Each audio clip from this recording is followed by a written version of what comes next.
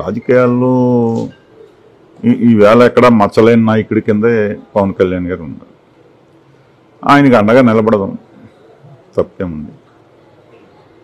కొన్ని ఇన్నర్ బాధలున్నా ఈ మీడియా ముందు మనం చెప్పుకోవాల్సినంత అంటే మీ తప్పులను కప్పుపించుకోవడానికి, మీ ఆస్తులను కాపాడుకోవడానికి జనసేనలోకి వెళ్ళారన్నది జరుగుతున్న ప్రచారం. అవసరం ఉందా పెండెం దొరబాబు గారికి?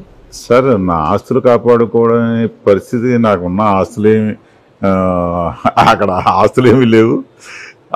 జనాలు అనుకున్నట్టుగా ఒకవేళ మీరన్నా నా ఆస్తులు ఏంటని నేను చూపిస్తాను. జరిగిన ప్రచారం మీకు తెలుసా? అందుకని నా పార్టీలోకి వెళ్ళారు, గతంలో చేసిన తప్పులన్నీ కూడా కప్పుపుచ్చుకోవడానికి.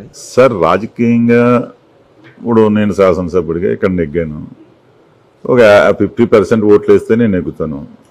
మిగతా 50% నా మీద ఏదోటి మాట్లాడుతూ ఉంటారు సార్. ఇవన్నీ సహజం సార్.